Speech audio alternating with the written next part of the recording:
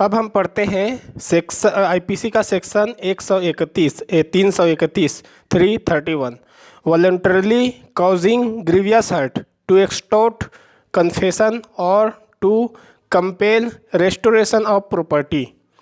संस्वीकृति उद्यापित करने के लिए या विवश करके संपत्ति का प्रत्यावर्तन कराने के लिए स्वेच्छया घोर उपहति कारित करना। मतलब ये है कि संस्वीकृति उद्यापित करने मतलब स्वीकार करने के लिए दबाव डालना किसी चीज़ को, या विवश करके संपत्ति का प्रत्यावर्तन कराना मतलब अपने को दिलवाना किसी संपत्ति को उस पर दबाव डाल के, और ऐसा करने के लिए घोर उपहति कारित करना, है ना। तो किसी व्यक्ति का या ये सब दबाव किसी व्यक्ति को डाल रहा है या उस व्यक्ति के हितबद्ध व्यक्ति को, जैसे मान लो किसी का संपत्ति है या किसी को संस्वीकृति करवाना है तो उसका बच्चा को पकड़ लिया और तुम्हारे बच्चा को तब छोड़ूंगा जब तुम इसको स्वीकार कर लोगे या उस संपत्ति को मुझको दे दोगे, ऐसा दबाव डाल रहा है। तो संस्वीकृति के लिए या कोई जानकारी पाने के लिए ऐसा कर रहा है।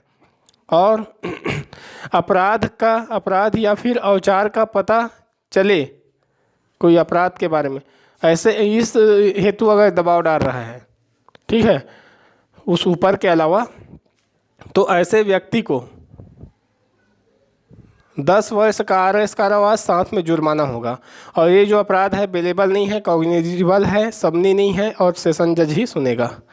उसके बाद है सेक्शन 333, ये 3 है ना, 333 voluntarily causing grievous hurt to deter public servant.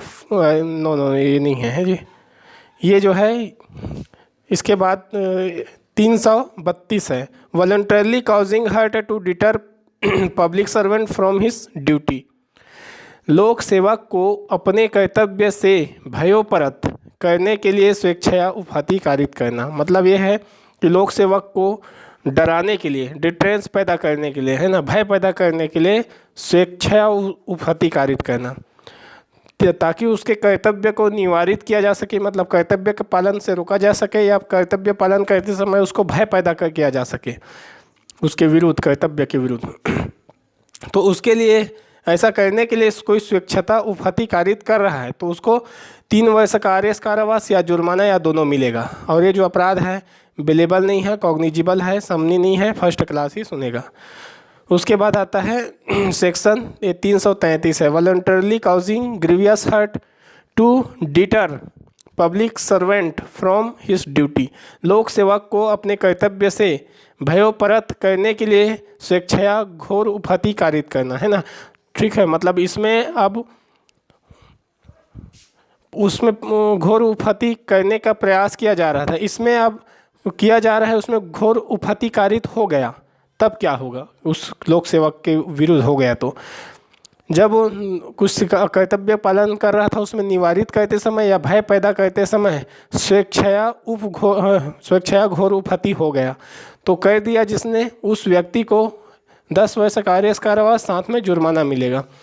और ये जो अपराध है वो बेलेबल है नहीं है, कॉग्निजिबल है, समनी नहीं है, सेशन जज ही सुनेगा। उसके बाद है section 334 voluntarily causing hurt on provocation. प्रकोपन पर स्वेच्छया उपहति कारित करना, है ना। मतलब स्वेच्छता उपहति कारित तो कर रहा है लेकिन प्रकोपन मतलब अचानक से उसको किसी बात पर गुस्सा आ गया और तब उपहति कारित कर रहा है। तो इसमें क्या है, गंभीर या अचानक प्रकोपन के द्वारा किया जा रहा है। कोई आशा पहले से नहीं था, ना कोई संभावना जानता था कि ऐसा हो जाएगा, या अचानक से पैदा हुआ। तो ऐसा हुआ तो 1 माह का आरएस कारावास या 500 रुपये तक जुर्माना या दोनों मिलेगा। और ये जो अपराध है बेलेबल है, कॉग्निजिबल नहीं है और समनी है यदि पीड़ित चाहे तो, और कोई भी मजिस्ट्रेट सुन सकता है।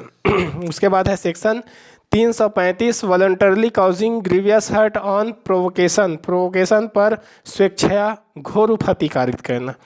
ऊपर में था उपहति, इसमें है घोर। यदि घोर उपहति कारित कर दिया अचानक से गुस्सा आ गया, और तो गंभीर या अचानक प्रकोपन के द्वारा ऐसा कर रहा है, कोई आशा नहीं था, कोई भी संभावना उसको पता नहीं था, तो उसको आरएस 4 वर्ष का आरएस कारावास हो गया या 2000 रुपये तक जुर्माना या दोनों होगा। और ये जो है बेलेबल है, कॉग्निजिबल है और समनी है यदि पहले नहीं था अब है, संशोधन होकर पीड़ित यदि चाहे तो, और फर्स्ट क्लास ही इसको सुनेगा। धारा 334 और 335 में 300 के अपवाद क्रमांक 1 यहाँ पर भी लागू होगा। उसमें क्या दिया हुआ है कि अचानक से प्रकोपन आ गया तो उसके संबंध में जो अपवाद है वो यहाँ पर भी लागू होगा। उसके बाद है सेक्शन 336 एक्ट एंडेंजरिंग लाइफ और पर्सनल सेफ्टी ऑफ अदर्स। ऐसा कार्य जिससे दूसरों का जीवन या वैयक्तिक क्षेम संकटापन्न हो। तो उतावलेपन या उपेक्षा से कोई काम कर रहा है जिससे उस किसी का जीवन इस तरीके से संकट में पड़ जाए, क्षेम या फिर व्यक्ति का जीवन, तो वैसे करने वाले को 3 माह का आरएस कारावास या 250 रुपये जुर्माना या दोनों होगा। और ये जो अपराध बेलेबल है, कॉग्निजेबल है, समनी नहीं है और कोई भी मजिस्ट्रेट सुन सकता है। उसके बाद है section 337 causing hurt by act endangering life और पर्सनल सेफ्टी ऑफ अदर्स।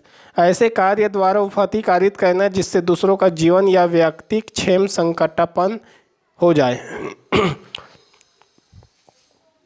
तो इसमें क्या किया जा रहा है, इसमें ऐसा कार्य कर रहा है जिसमें व्यक्ति का जो है जीवन संकट में पड़ जाए, है ना। पढ़ने की संभावना हो अलग चीज़ है, इसमें पढ़ ही जाए, कार्य कर देना, एक कंप्लीट कर देना। तो उतावलेपन या उपेक्षा से कर रहा था काम जिसके कारण किसी व्यक्ति को उपहति कारित कर देगा, उपहति कारित ही कर दिया, नुकसान ही हो गया। तो ऐसे करने वाले को 6 माह का आरएस कारावास या 500 रुपये तक जुर्माना या दोनों होगा। और ये अपराध बेलेबल है, कॉग्निजेबल है और समनी है जब पीड़ित चाहे तो, और कोई भी कोर्ट सुन सकता है, कोई भी जज। Section 338 causing grievous hurt by act endangering life और पर्सनल सेफ्टी ऑफ अदर्स। ऐसे कार्य द्वारा घोर उपहति कारित करना जिससे दूसरों का जीवन या व्यक्तिक क्षेम संकटापन्न हो जाए। मतलब उसमें उपहति था, इसमें घोर उपहति है। तो उतावलेपन या उपेक्षा से कोई कर रहा था ऐसा काम और जिसके कारण घोर उपहति कारित कर देगा, है ना, उसमें करने की संभावना नहीं है। ये सीधा इसमें क्या है, घोर उपहति कारित ही कर देगा। तो ऐसे करने वाले को 2 वर्ष का आरएस कारावास या 1000 रुपया जुर्माना या दोनों मिलेगा। ये बेलेबल है, कॉग्निजेबल है, समनी है, यदि पीड़ित चाहे तो कोई भी मजिस्ट्रेट और इसको सुन सकता है। अब हम देखते हैं, उसमें आगे देखते हैं।